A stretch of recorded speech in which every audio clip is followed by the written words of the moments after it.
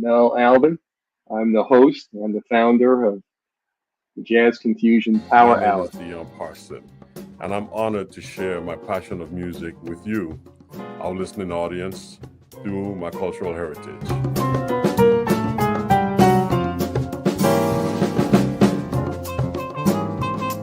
Things can change for you too. If you want to be brand new, that is absolutely possible.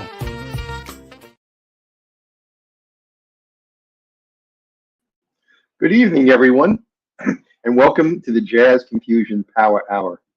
I'm your host, Mel Albin, and again, we have another wonderful guest for you tonight, as we do all the time. For those of you who are new to the show, let me tell you a little bit about the Power Hour. Um, First, I founded the Power Hour because I wanted to give you some of the best musicians in jazz, R&B, and soul. I want you to get to know the artist as well as their music. So you get to hear not only the story of how the artist goes about producing their music, but you get to hear some of the music too. So I'll take you backstage and into the mind and daily life of the artist and the music that you love. The Power Hour broadcasts weekly on the Source TV radio network. We stream live in 4K and Dolby True HD. Source is a nonprofit 501c3 radio station supporting jazz and Black and minority micro businesses to build scale so they can get on the finance industry radar and ultimately create and increase the generational transfer of wealth, assisting both families and communities with equity and inclusion. We depend on listener contributions and artists who appear on our show for mutual support and also sponsors to cover our cost of broadcasting. So any contribution you make to Source keeps jazz alive and well. Your donations are greatly appreciated, and remember, they're always tax deductible. The Power Hours had over 125 amazing artists, well known and becoming well known, musicians and vocalists. And we've had managers of artists on our show also to share their insights. Some of the artists of the Power Hour include Eric Roberson, Mesa, Brian Culbertson, Paul Brown, Raheem Devon, Reagan Whiteside, Tom Braxton, Alex Harris, Greg Adams, Tom Brown, Kelly Finnegan, Histella. I mean, I can go on and on with a list of names. Annie Lennox, you've had Billy Ocean, Dwelle, Maria Antoinette, Samara Joy, Celine Johnson, Mavis Swan Poole, Jeff Bradshaw, Dion Parson, Tammy McCann, Jeff Beck, Eric Burden, and many, many more. So again, we bring you the best in jazz, and tonight's no exception. The artist we have with us tonight was born in Canada. She came from a musical family. She's the daughter of a minister, and because of that, she moved from city to city literally every 2 years, hearing local music preferences, absorbing multiple genres along the way. There were always random instruments showing up in her house. Growing up, she was encouraged to pick up any instrument and give it a try. It was a precious gift to be encouraged and take chances and express herself musically at a young age. She has passion for music and always has a piano or guitar within reach. She comments, "I can't imagine with life without music." Her quest for music brought her to the Good Noise Vancouver Gospel Choir, where she was a soloist, and Soundscape a cappella group, where she discovered harmonies. She has been a guest artist with blues bands and classic rock bands, but decided it was time to explore her own music. Double Life was her first album.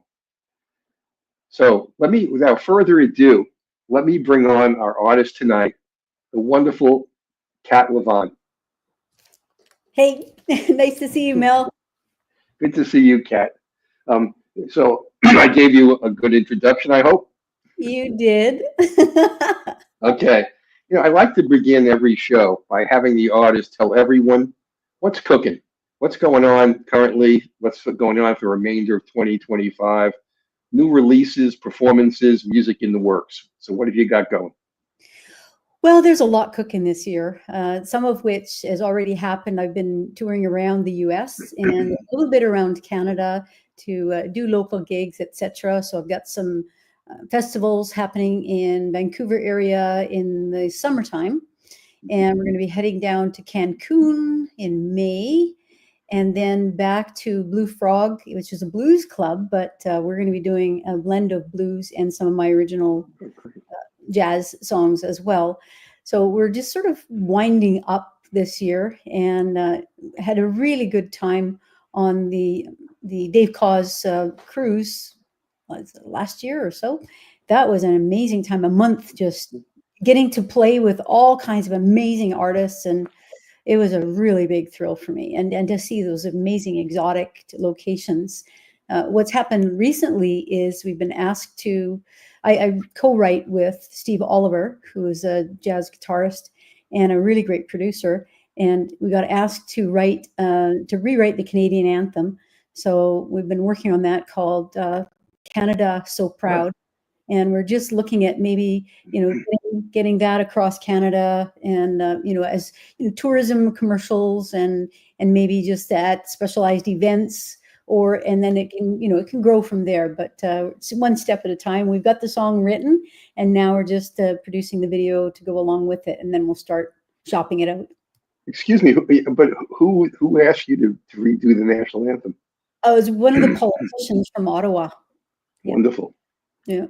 Because there's a lot of crazy stuff going on, and they wanted to just really assert that Canada is happy being where they are. We may be a little, when you come population, we're a very little country, but we're just happy. We like our space. Well, I'm sure you don't want to become the 51st state. No, because we're so, we're really a unique country. I know. Kind of naive almost, because we just welcome everybody, like, come on in, let me help give you a hand. And, if you're driving in the country in the wintertime and you throw yourself in a ditch, the next car that comes by, they're going to be jumping, stopping out and helping you out. Yeah, that's great. That's the way we used to be here. I use the word used to be. I spent a lot of time in Canada. I've been in Vancouver, Toronto. I've been in Quebec and Montreal. Ontario, I've been pretty much all over Canada. It's a wonderful country and wonderful people. So I understand where you're coming from on that too. Yeah, it sounds like you've been more across Canada than I have. I don't think so, but I spent quite a bit of time there. For a number of reasons. My prior businesses, and I taught a course at the University of Toronto too. Wow. So, amazing. I've always loved Canada. So. Let's start off by talking a little bit about, well, wait, before we move on, you have a new project you're working on too, right? I do. I have a new album I'm working on called Do I Need a Reason? And that's the one cover I'm doing on this album. It's a D Sound, which is a European band, and they had a really great song called Do I Need a Reason? And so let's just redo that, bring it into the now, because it's about 6-7 years old. It never really made it to Canada or the US. So I thought, well, let's see if this will do some charting. Because on my last album, Double Life, I love this song by an artist named Sherry Ulrich. And she just, oh my gosh, I love this song called Something's Gotta Give. And it kind of has a nice sort of smooth backstreet jazz vibe going. And so I ended up doing that one just because it meant a lot to me. And it's the same thing with the D Sound. I like to throw in one what do you call it, a cover tune in my albums. And so this cover tune, D Sound, I'm really looking forward to it. We've got a rough cut right now, and we're just doing some refinements. And then once we got a few more cuts to fill out on the album, and then it'll be probably ready for the fall. Wonderful. Right. Now, when you get that ready, I want to be the first one to premiere it. So you have to let me have. Okay. I'll have you back on the show, and and we'll play pre-release and drum up some business for you. Oh, that's amazing. Okay. I want people to get to know you from the ground up. How you started out with music, what influences you had. So I know you moved around a lot. You told me that your parents were in the ministry and they moved from town to town literally every two years. Right. So I want to tell the listeners kind of a short history on what kind of music was in your household, and how did it feel to move around, every 2 years and go into different school districts, different cities, different towns? How did it impact you? So why don't you tell us a little bit about that period of your life? Yes, well, we'll start with the music thing. My mom, we always had a piano in the house, wherever we had a piano and a guitar, and then sometimes whatever else would show up. But at bedtime, mom would either put on Montevanni's Showcase, which is Excuse for me. her or something like that, and so that we would just close our mouths and go to sleep, because there's four girls, and girls can be a little on the chatty side. So she wanted us to settle down. So she'd play some really nice soothing music, or she would play the piano. And sometimes it's her way to wind down from the day, but it was also an absolute gift. And I ended up keeping that same tradition with my son. I would play music to him. I'd play piano to him while he went to sleep. And it was just really great way to do that. The moving around part, what happens when you move so often, you start to become more insular. So I was spending a lot of time with my family, and a lot of time alone in my room, thinking about things and the world and listening to music. Music was a really big influence on me. And one very cool thing was, there's a song that I always loved as a teenager called Wildflower. And in Canada, it was a huge hit. And I always wanted to meet the person who wrote it. And when I grew up, actually probably about only 10 years ago, I ended up becoming best friends with the writer's wife. He apparently died, which was sad, but so we're now best friends, and we chat about stuff and go to gigs together and hang out and just musically enjoy the differences between the two of us. So I've tried to, create, especially if you're moving around, you don't have a best friend for long, right? So you get really used to meeting people and sort of getting comfortable with them kind of quickly, because you don't know when you're going to be uprooted and move again. So you got to make friends quick.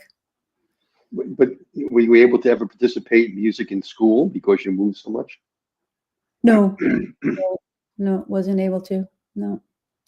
But So, I had a guitar, and so I would just plunk away and I'd write songs, and I'm not really taking it seriously until I think one time I'd moved away from home. I was in Edmonton, and there was this open mic night, and I went there, and I had played. I got my heart broken, my little 20-year-old heart, and I was just like so sad. So I wrote this terribly sad song.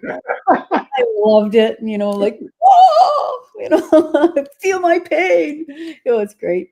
And it just so happened that a record company executive was in the audience, friend of a friend, I guess. And they came up at the end and handed me a card and said, "We'd like to record you. Throw us a demo." And I was just, like I said, 19 years old or something like that. I didn't know what a demo was or how to do it. So I was just like, so I ran away.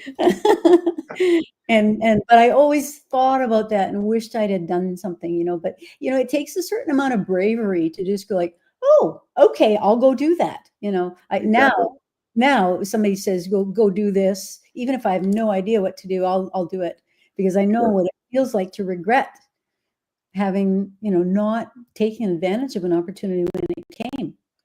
well, you know that old saying, you don't know what it's like to sail on the deep blue sea unless you leave the harbor.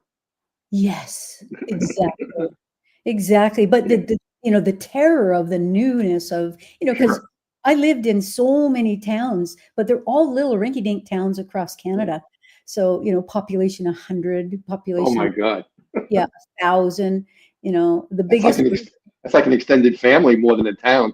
It is. Yeah, everybody knows everybody's business. Exactly.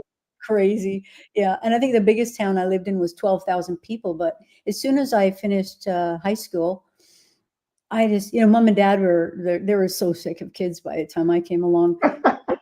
You graduated, go get out of here. They kicked me out of town. And I was like, "Why did you kick me out of the house?"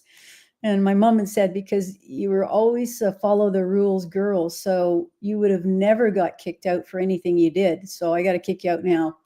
So I just went, "Fine, I'm leaving." And then I just picked up and went off to Vancouver or Edmonton. You know, it's And so funny, different cultures and different time periods. For me, my mom said, "You're not leaving till you're a doctor." what? Yeah, yeah. No, that's love. She said, when you become a doctor, then I know I don't have to worry about you. Wow, that's awesome. I, Yeah, I, I could have yeah, loved that. I would have loved that. yeah. I mean, and my parents were working class people. They never had much of an education, never beyond public school, but they had this value that education is the stepping stone to to wealth and possibly fame. And Hmm. you gotta get your you have to know what you're doing before you venture out. So True. mother was very protective and overprotective, and I couldn't wait to leave. Just the opposite of you. Yeah, I would have stayed. She's right. I would have stayed under the nice little nest of mom and dad, but it Sure. was mostly because it just seemed so weird to be out in the big, bold world without anybody. Just being on my own just didn't appeal to me. But like she said, she had to boot me out. And then once she booted me out of the nest, I never came back. Like all my other sisters eventually moved back home, but and they all live within 100 miles of dad. So it's hilarious. And I'm the only one who I've been everywhere in the world, but I'm not hanging out at home. Well, well, given the fact that you were so insular and you didn't participate because you knew that as you make friends and meet people, the rug's going to be pulled out quickly. So music was your life. What kind of early musical influences did you listen to? Well, Skylark, the Wildflower song, that was really, but mostly I first started out just loving Elton John. Like his Sure. songwriting is so amazing, and some of the music that he wrote to the lyrics of Bernie Taupin were just you can't argue with any of it. It's like that was a perfect chord to play after that. That was a perfect way to end the song. And the sound of his voice and the way he enunciated certain words, it was masterful. And I really appreciate masterful. Like even back then, I didn't have a lot of musical education. Like I had some piano lessons for up to grade 5 or 6 or something like that. But I learned, I guess because I spent a lot of time by myself studying different things like music, like poetry, loved poetry. And it just sort of helped me have an appreciation for excellence. So, That's great.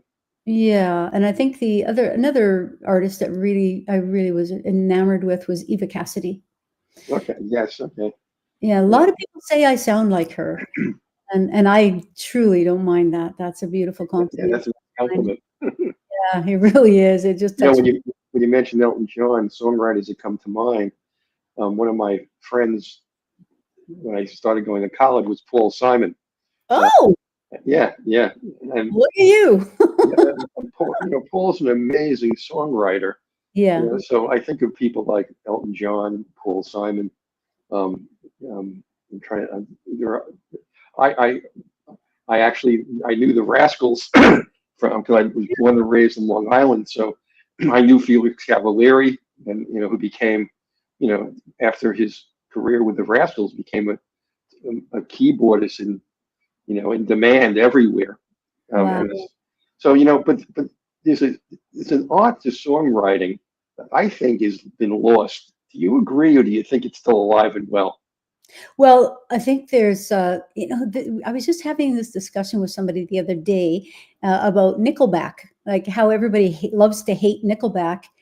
And what I thought was really odd was I was listening to a podcast on it, and they said, well, they're very formulaic. And I'm thinking, how many hit songs do they have? Yeah. Like, they have more hit songs, I understand, than any other band in the world, which is odd because they didn't become as famous as Michael Jackson or as famous as somebody else.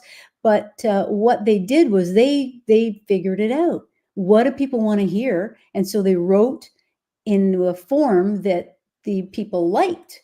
They also wrote songs in their own way, not formulaic, but their writing is really good and it's very personal and direct. And so good writing is there's two levels. There's what the public wants, but then there's also what the artist to Yes. express. Yes. When the artist has something they want to express, there can be ways that they can express it musically that are, doing a little bit of gymnastics with chord changes and progressions and rhythms and such that are lost on a lot of people who are the listening audience. So some of the most amazing musicians and amazing writers really don't get very famous. And yet some of the most, like the B-52s had 3 chords. Yeah. And they made it big. So they just only played 3 chords. That's all they knew. Dire Straits.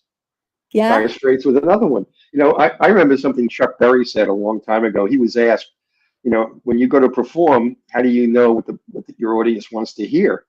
And he said, I don't really care what they want to hear. I want to take them someplace they didn't expect to go. Oh.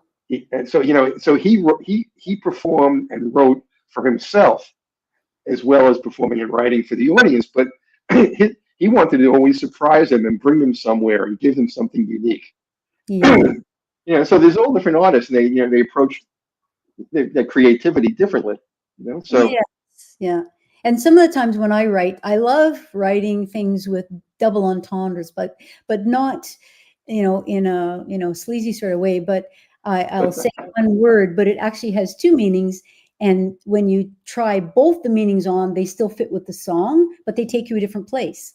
So like double life, it's not like typically a double life is, some guys get a wife at home and then a wife in another city. And that's the kind of double life people are talking about. But I wasn't talking about that at all. I was talking about how do you manage a life on the road and a life at home? Because you do have 2 complete different sets of people, friends, whatever. And that changes your life. It's not everybody, Yeah, that could be a positive and a negative at the same time. Well, it can be, but it depends on your partner. That's the whole thing. If you've got a faithful partner and you're a faithful person, then it can work. It can work and it can enrich everybody's life. No, you're absolutely right. But the unfortunate part is you often don't know if you have a faithful partner until after the fact. Yeah, well, I guess in some ways, I have often thought about this little conundrum myself. Like, wow, if you're on the road and at home and, like poor Shania Twain, the woman was amazing. And to have a husband, she just written a song about, looks like we made it. I know. I always want to look to you, no matter how long it's gone on. And then he's busy cheating with her girlfriend. Oh, well, anyway, that was kind of she got stronger because of that and became even better at what she does.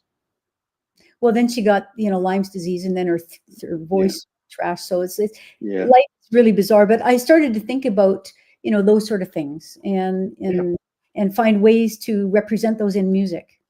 That's great. That's great. I know that you mentioned to me before the show that your longest stay in any city was Vancouver, British Columbia. Why don't you tell us a little bit about Vancouver? I think you said at some point, Vancouver just fits who you are. So maybe you can explain that to everybody and what the influence of Vancouver had on your music. Well, at the time when I discovered Vancouver, I was a kickboxer, and I started a line of clothing called Kicker. Athletic sportswear and really wild, loud patterns and baggy. They kind of like the styles that are in now. And I was selling them all across Canada, and there was a trade show in Vancouver. So I thought, ooh, I better go. So I flew out to Vancouver and I landed and I felt, holy man, I feel like I'm coming home. I was driving over the Second Narrows Bridge into North Vancouver, and I went, I want to live here. I love Vancouver. I didn't know anything about Vancouver. I just came into town and I just felt like I was home. And so I sort of was petitioning my husband to let's move to Vancouver. And so we did. And it was because like every one of us out there has a little weirdness, right? We all have our weird edge. Well, and I don't want to interrupt you, but talk about weirdness.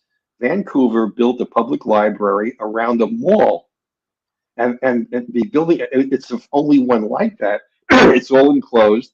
So, the library usage went up dramatically when they decided to build it around the mall. So, it's a very creative place, and very beautiful place too. Oh, and they made it look like the Colosseum. Yeah, yeah. It's like spectacular building, and you always want to know like what's in there. What's And you in see there? floors, but you know that there's several floors, and that there's so many floors on that, and there's such a great library program. Yeah, I love that. And so when it came to Vancouver, like in the prairies, I was always, into different things like reflexology and health and wellness and, alternative ways of healing, etc., which doesn't go well when you're in the prairies because they're all very, very, very. So I always stuck out like a sore thumb. But, my sister was having a baby and I says, well, use a reflexology point. We'll push on these points. And they're like, whoa.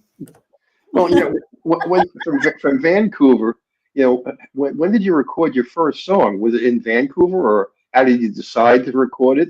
And what was it? Oh, well, when I was going to record, I was dating this guy and he said, you got a nice voice. You should record it before you get too old. And I thought, oh, okay. Once I got over that, I talked to my sister, who was best friends with a really great producer out of California. And so she sent him some music and he said, yeah, let's work together. So I flew down and I'd prepared 10 cover tunes. And I said, okay, here's the songs I want to record. And he looked at the list and just went, flip. He threw it. He just threw it in the air and just went, nope, we're not doing that. We're writing songs. And of course, I have no experience with it. Like I just felt overwhelmed and outclassed like terribly. And I was like absolutely terrified. But he says, no, just trust me. We'll write some good songs. And so I did, but I was every day there. I was there for a week and we worked 12 hours, 14-hour days every day for a week. And I ended up losing my voice by the end of it. But so how we decided to record was I really liked the song Autumn Leaves, and I do it more like a Eva Cassidy version of it. So that was the first song that we recorded, and it's especially, it reminds me of a lost love of my own. So it was a really touching song for me. So that was the first song. And then we went on to writing songs. It was just a real adventure. So he would play a couple of bars of something, and then I would listen to it and be like, oh, that's a West Coast traveling song. So then you're like, what? But it hits like, and so I just writing as fast as my little fingers could type, and then rerouting until I got the words that I wanted and etc. So that's how it sort of started off. Well, that's great. Did any of those songs chart, or did you? Oh yeah, it was amazing because my first and only single off the album was "Something's Gotta Give," which is the song I loved by Sherry Ulrich, and it made it to number 20-something, 25 on Billboard. Wonderful. For a first song, that's amazing. Yeah. And it made it on the smooth jazz charts, the number two vocal jazz tune. Wonderful. So for a first album, I was shocked and really thrilled too. Well, let's give the audience a chance to hear some of your music. And the first song I have is "My Secret." So I'm going to play that. But why don't you tell everybody a little bit about the backstory on that song? That is, this is very cool. That is a song that I wrote. It's about, liking somebody and really wanting to keep that feeling to yourself. You don't really want to share it with anybody, even the person you're having a crush on, but you just sort of keep it to yourself and just enjoy all the good feelings that come along with it. And I sent it to a radio promoter, the Rough Cut, and he said, that's a career killer. Don't ever release that song. Throw it in the garbage and start over. So I kind of held on to it for a little while because I didn't know if, do I really want to kill my career this early on? But then all of a sudden I went, forget it, I'm doing it. And then, so this is what it's about. It's about having a lot of love for somebody that you're never going to be with. It's funny you mentioned that. When Rod Stewart was recording his first album, he said they needed one more song, and he said, well, I got this song, Maggie May. And he played it for them, and they said, nah, don't ever record that. It'll kill your career. And he insisted on recording it, and it became his first #1 hit. Oh my gosh, I didn't know that. That's amazing. Yeah, the record company didn't want any part of it, but he insisted on it, kept bringing it to them. Finally, they said, fine, If you want to kill your career, go ahead. So they put it on there, and it became his first #1 song. Wow. So sometimes it's the record companies don't know best.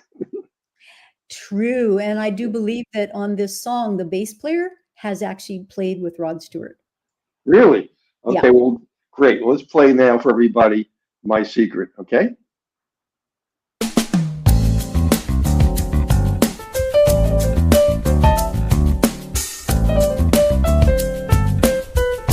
You're my secret.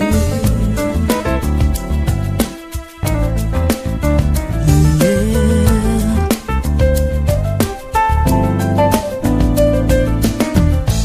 You don't know me. You never heard my name. But I know you. I know every curve of your face. 'Cause you're my secret crush, the one I can't ignore. My secret crush, you're the one that I fell for. You're my secret.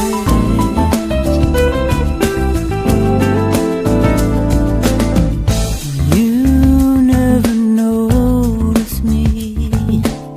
I watch you from afar. It's as sweet as cotton candy when you drive by in your car. You're my secret crush, the flame I can't ignore. My secret crush, you're the one that I adore. You're my secret.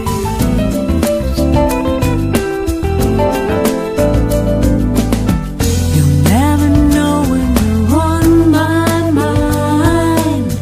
I'd never tell you anyway. 'Cause things are perfect as they are. So far away you'll have to stay. 'Cause you're my secret.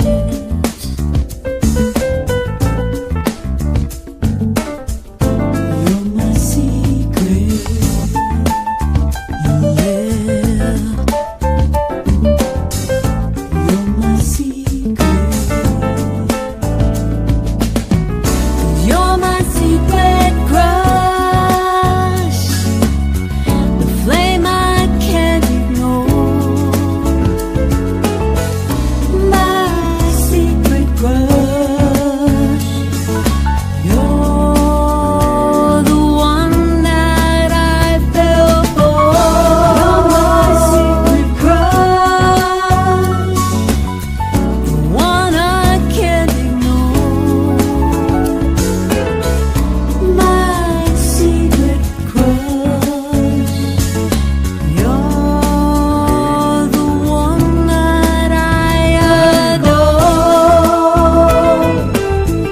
You're my secret.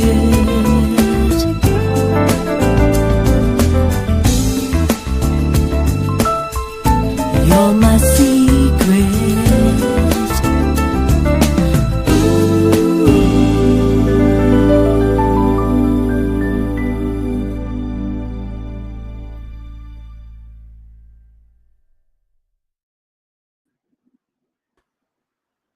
Boy, that is a beautiful song.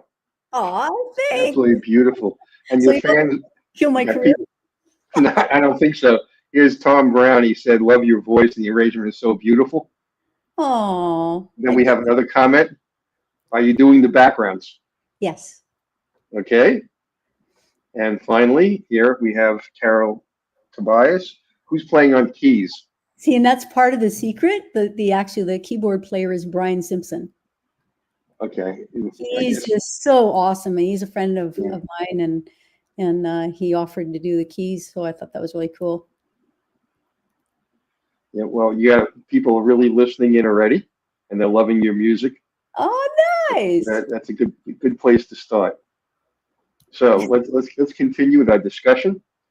Um, let's see now. Okay. The day you finish your first LP, the border closed because of COVID, and your career, like everyone else's, came to an instant, abrupt halt. No gigs, no travel. What did you do during that period? It was really crazy because I flew home on the Monday or Sunday, and the Monday, the very next day they closed the border. So if I'd have been caught in the U.S., I'd have been having to quarantine for that whole entire year in the U.S. So that was, I guess, lucky that I got across the border and was able to get home. Not everybody was so lucky, but at Really? that point, I was doing some marketing work remotely. So I just did that for a while, and then interestingly enough, I had got my P2 visa, so I was Right. considered an essential service. So I could fly to the States and do more recording and hang out there if I wanted to, and then come back when I wanted to. So it was kind of, I was a lot freer than everybody else. And so the career part, I wasn't able to perform anywhere, but I could write, and I could, I did a Facebook Live event. It was terrible. Because Really? you don't know these things, right? So you just try. And of course, when it's Facebook Live, it's like you're on. So if something goes weird, I think a person needs to practice a lot. So I didn't think about that. So that was kind of fun. Muttered around with that a bit. I did a album launch on over the internet, which was really successful. It was really wonderful, and I had some amazing musicians who popped on to say hi and congratulate me. So that was very, very cool, and yeah, it was great. That's great. Because during that period, it really became the beginnings of really, for a lot of artists, interactive websites. They really started. Mesa started doing Mesa's Kitchen, Yeah, and which was a huge success and huge. still is. Yeah. Yeah, and Brian Culbertson started doing The Hang, and Brian started. He went out and bought all kinds of new technology, and he was able to have his fans literally almost in the studio virtually, and he composed songs with them, and he Wow. and he made them co-producers on the music. So I That's mean, cool. yeah, there was so much creativity going on because of COVID that Mm. really changed a lot of the relationship of fans with artists, and for the better in a lot of ways. So it was a really creative time. So And so many people, so many artists were then like, "Oh, I can't go out and tour. I'll sit home and record." So as soon as the first year was over, there was a glut of new music, yes, yeah, which made it harder for my voice to be heard because there were so many people who hadn't recorded in 10 years, and yeah, they're all now sudden putting out albums. So it was a really interesting time that way too. Yeah. yeah. It was a major change in the music industry, but it took a while for people to come back to live performances because they were still afraid of COVID. So even though people were out of quarantine, it still took another year really for live music to catch on again. It took a Yeah, and while. there was a big risk to a lot of performers who would go on stage and, in early days, COVID was now it was just opening. And then next thing you know, my brother-in-law got COVID. I don't know how many times, 2, 3 times, Wow. because he was performing live. And some of the stages are very, very close to the audience, or glad handing after the Sure. show. Yeah. And boom, somebody's sick. So it was a really tricky balance to, engage with your audience, but also not get sick. Yeah. Yeah, but one of the things that came out of that too, when you were talking about it, artists who wanted to record, they would have people in 10 different cities if they had a big band, and they would all do their part, and they would mix and master it together. And Yeah. it wasn't the same as having the artist perform in the same studio. It never quite was the same, but it really led to this collaborative new method of putting together music. It was really, really interesting, especially because there's some issues with Zoom, like you can't have two people singing or talking at the same time. So there was really problems with that. But then new platforms came on where bands could perform, or they just found different ways to do it. Somebody pre-records and then everybody jumps in and then sends it all collectively to another person. So it was really interesting. Yeah, I've tried to do a live production with people in different cities, but there's a time delay, and Yes. it doesn't work out. It's difficult to do that kind of, even today with the platforms that are out there. It's difficult to have musicians in different cities collaborating as if they're on stage together. Yeah, it's just basically email, add your track to this, and then, Yeah, exactly. Let's spend a few more minutes talking about songwriting. I kind of want you to unpack a whole bunch of stuff. Okay. How did you write your first song? How do you approach songwriting? Everyone does it differently. Do you work off a tune or add music to poetic verse? I know that you are also multi-genre. So how do you decide to shape several songs into an LP or an EP? Are you involved in charting and scoring? Do you do any of that? Do you read? Are you involved in the song end to end, including post-production? In other words, how do you approach songwriting from beginning to end? That's really what I'm getting at. Yeah. Well, like I said, in my teens, I had performed live a song that I'd written from having a broken heart, and I really loved that experience. And as I went along, my life and career took me a whole different direction. So music went to the background, but then when it came back into the foreground, because I was under the gun, I had 7 days to write and record 10 tunes or 9 tunes. Wow. It was, so obviously more than one tune a day, and that was rough draft to final production. Wow. So it was a very intense time. And what I found was, it was a unique, the first ever experience writing with Steve. He was like, okay,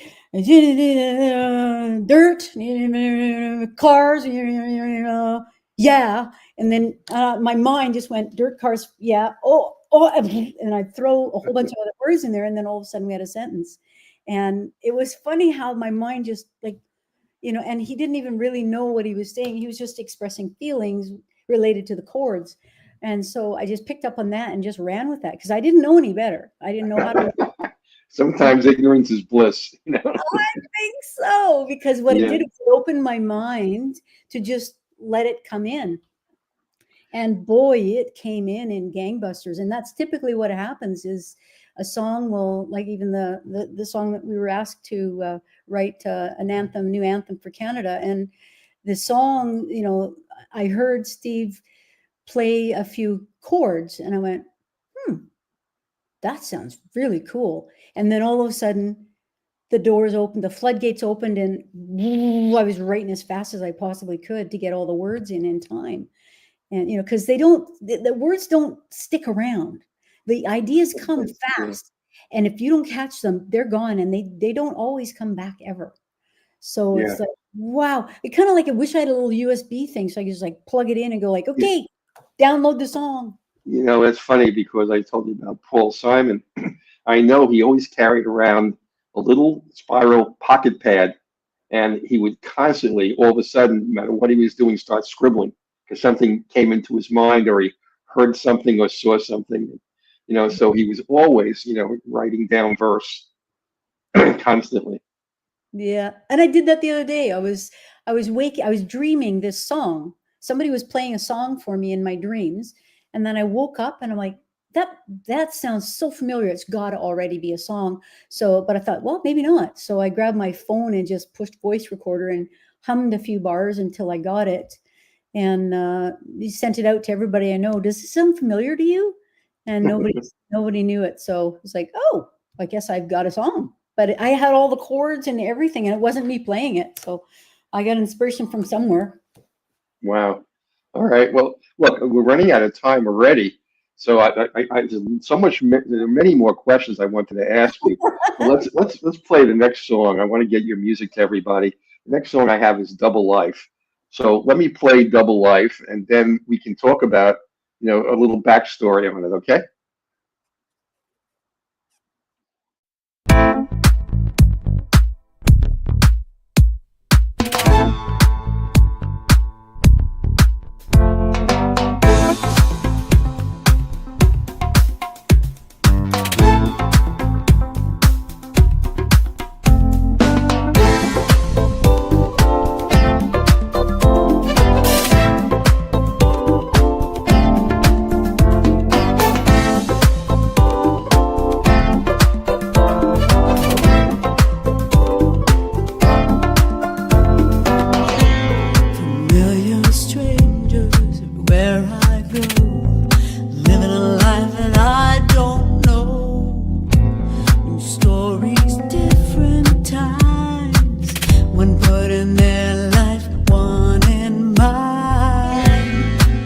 touching lives I'll never live. I want one that's got more to give. Feels like sugar, tastes like wine. It's more love than you'll ever find. Faithful hearts make it better. So damn easy living a double life. Touching hands round the world. So damn happy living a double life. Want much more than you can give. I need more friends, more room to live. Better moments, better times. It's what I have to find. With me you will always know. Now I'm here but soon I'll go. Need the thrill, want the rush that I love so much. Faithful hearts make it better. So damn easy living a double life. Double life, touching hands round the world. So damn happy living a double life. Faithful hearts make it better. So damn easy living a double life. Double life, touching hands round the world. So damn happy living a double life. One life is not enough. Let me out, let me go. I wanna leave right now for places I don't know. Faithful hearts make it better. So damn easy living a double life. Touching hands round the world. So damn happy living a double life. Faithful hearts make it better. So damn easy living a double life. Touching hands round the world. So damn happy living a double life.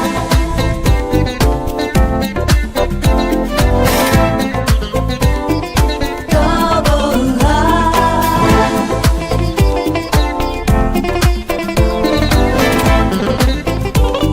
Double life.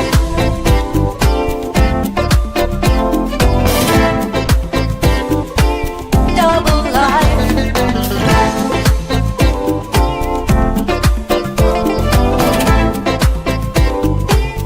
Double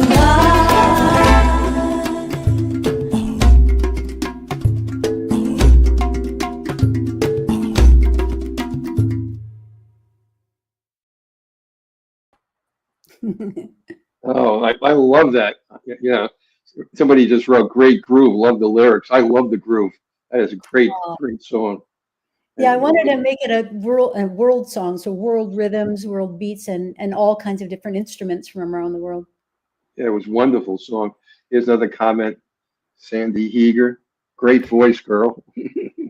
Thanks, Andy. I like this comment. Tell me Kenny about your Jones. Tell interesting. me about your double life. Is it as interesting as the song? It really is. It absolutely is. It's crazy. So yeah, My people, favorite a whole bunch of different pots, so I just people are loving your music.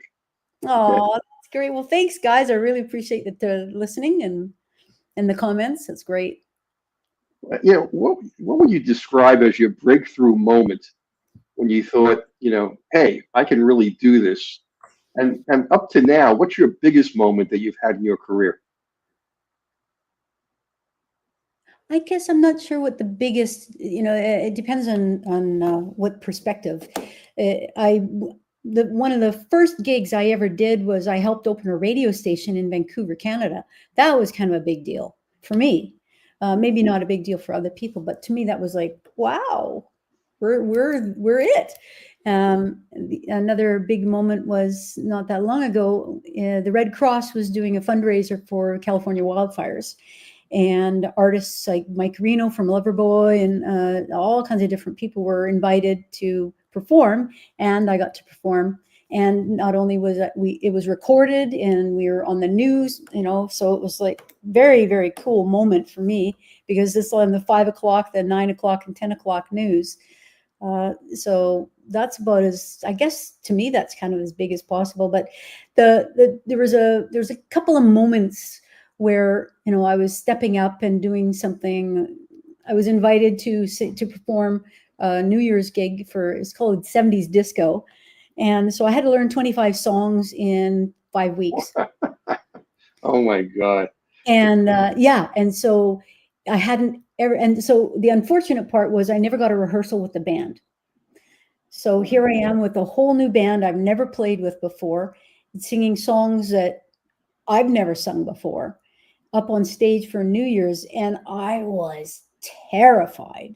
Like I was like looking for the exit. I'm like, oh, what if I ran away? But I looking for the guy with the hook. Yeah.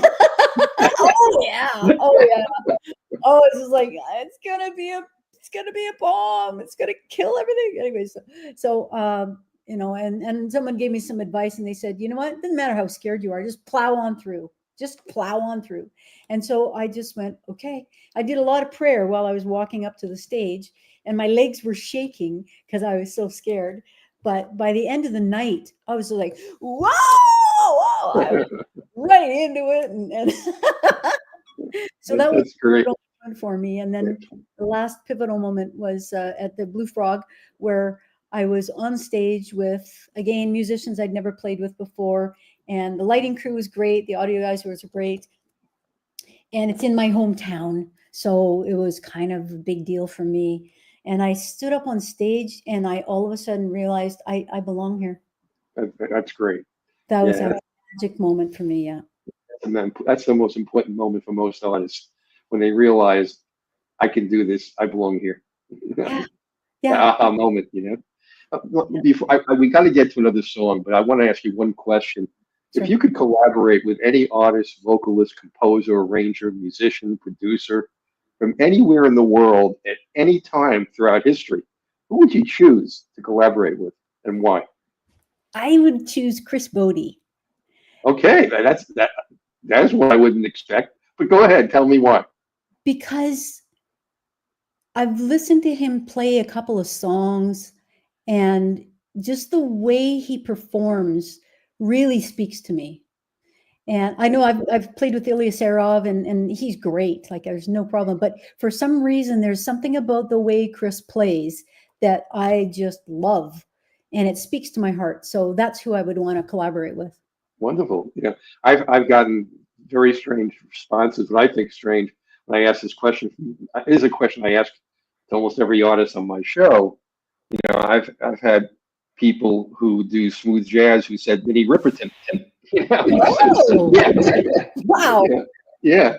So it's always amusing to me to ask that. Okay, since our time is really running down, let's play another song of the evening. Let me see what we have. Let's play "Take Me Back." How's that? Yeah, with Ilya Serov. Yeah. Okay, let's play that. Yeah. Go ahead. This is for Remembering a Summer Love. Okay, let's play it, and then you can tell us a little bit more about how you put it together. Okay. All right. Here's "Take Me Back," and it's by Cat Levan.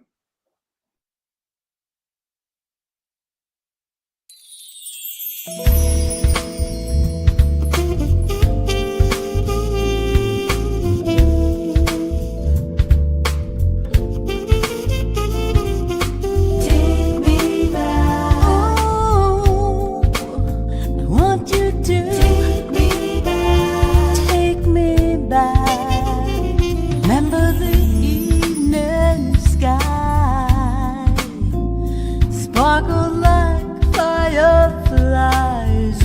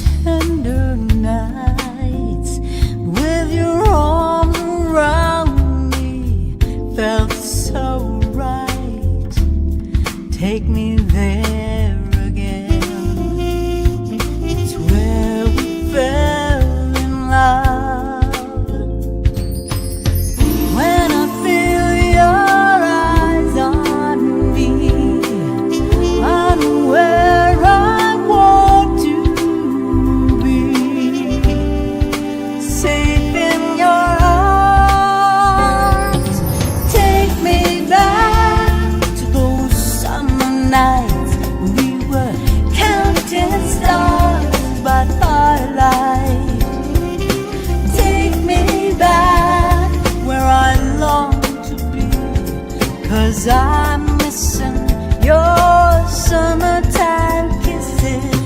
Take me back to those summer nights when we were counting stars by firelight. Take me back, 'cause I'm hearing that you're missing my summertime kisses.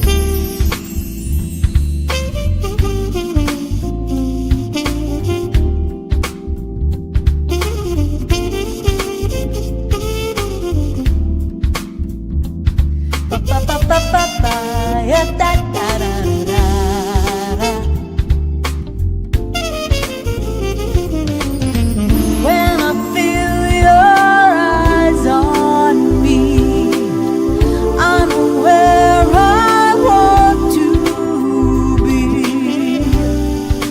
Back in your arms, take me back to those summer nights we were counting stars by firelight. Take me back where I long to be, 'cause I'm missing your summertime kisses. Take me back to those summer nights we were counting stars by firelight. Take me back.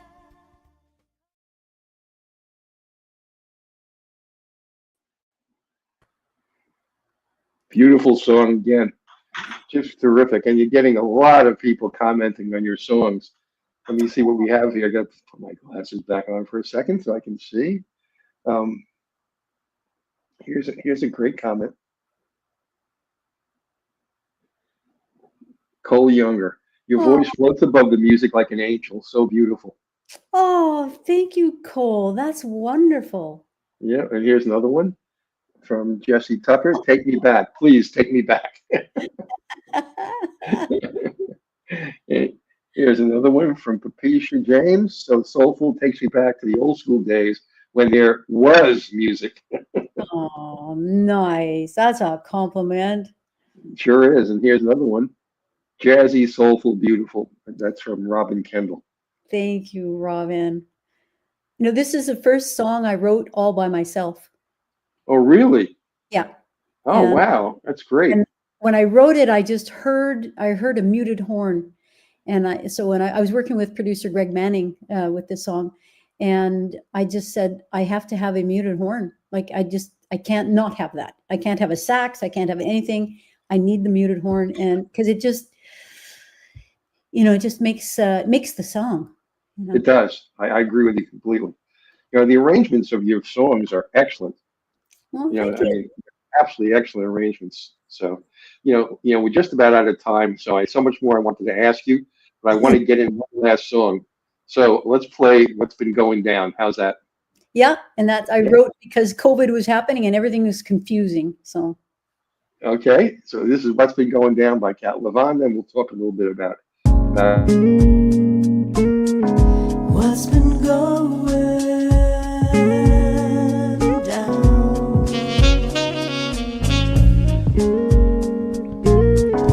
What's been going down? Mind is racing, it's going crazy. There's too much that I don't know. Trying to make some sense of all this weakness. Seems like there's no tomorrow. Looking for a sign, there's no direction. Try to break the rule, there's no exceptions. Things are going on, but nothing's changing. Keep asking myself, what's been going down? What's been going?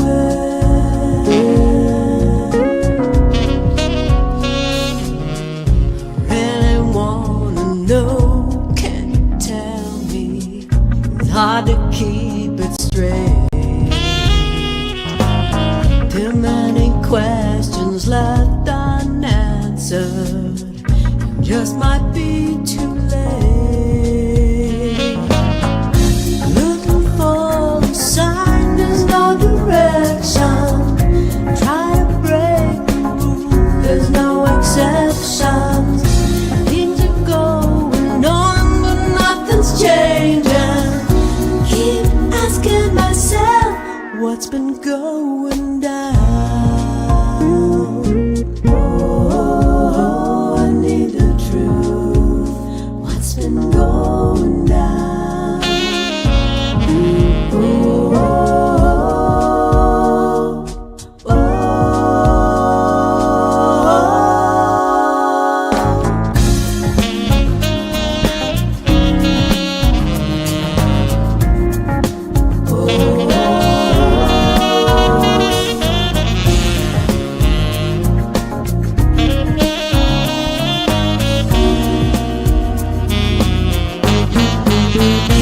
looking for a sign, there's no direction.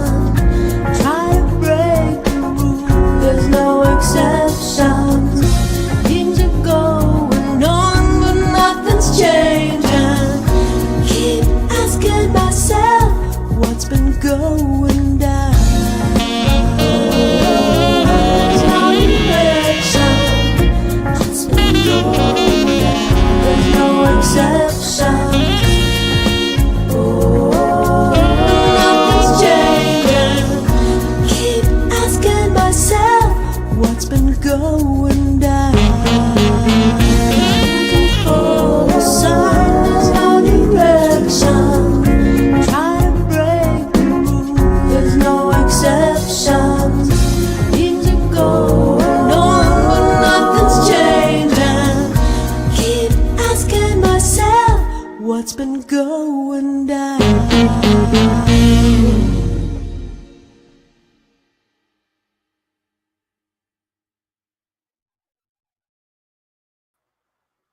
Oh, that's just beautiful song. And in fact, here's Robin Kendall, jazzy, soulful, beautiful. Aw, thank you. That's Rose my Etta, favorite. Oh, go ahead. what is your key? It sounds like A, but I'm not sure. Love your voice. Yes, I believe it is. I believe it is. Hard to remember everything, but um, my brother-in-law plays sax on this song, and I just think he really adds something to the song. That's the next one we have. Who's on sax? It Oh, fits so yeah, well. Wally Larson. I just love working with him, my brother-in-law, and yeah, every chance I get, I throw him on a song because he's so good. Yeah, it was really beautiful. That's just wonderful.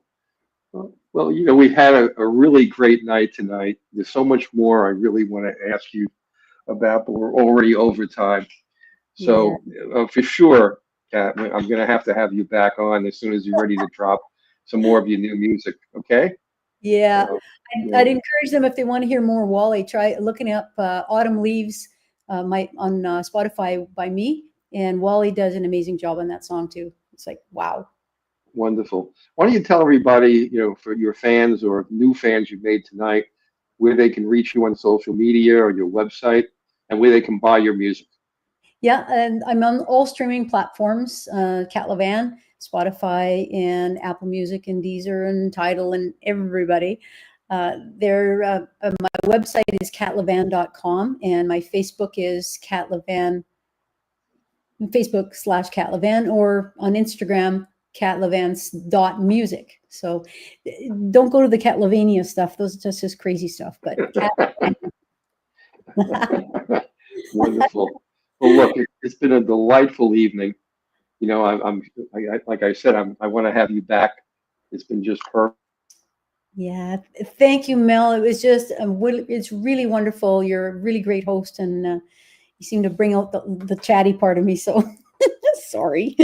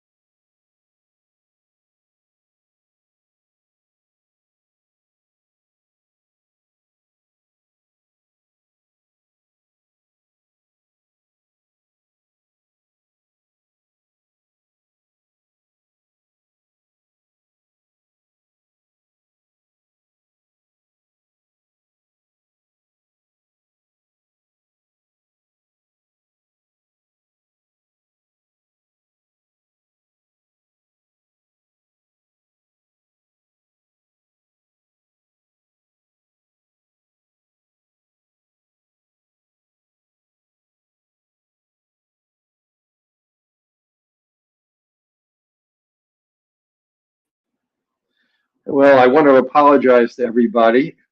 We seem to have a technical issue. The station signal went down. It's really funny. I was telling Kat earlier that only one time I've had the station signal go down. I think I jinxed myself because it went down tonight, and we've lost Kat. Maybe she'll log back on. I hope so. In the meantime, I want to let you know that next week we have an amazing artist with us. Her name is Christine Kazaran, and she is a violinist, and she plays every kind of song imaginable. She's a virtuoso violin player, and we have not had a violin player on. So please remember to tune in next week to see Christine Canaveras. And again, I am Mel Albin, and I want to thank everybody for tuning in and watching our show tonight. And I want to thank Cat Levan, who made a hasty exit as a result of my technical issues. But we'll have her back on the show. She's a wonderful, wonderful vocalist. So everybody, have a great evening, and we'll see you soon.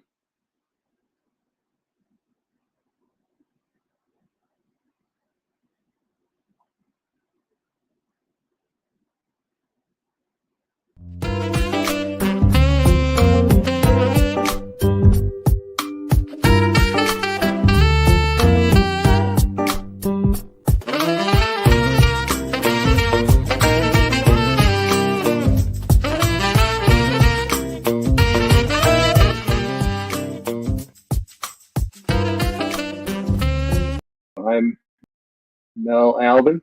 I'm the host and the founder of the Jazz Confusion Power My name Hour. is Dion Parson, and I'm honored to share my passion of music with you, our listening audience, through my cultural heritage.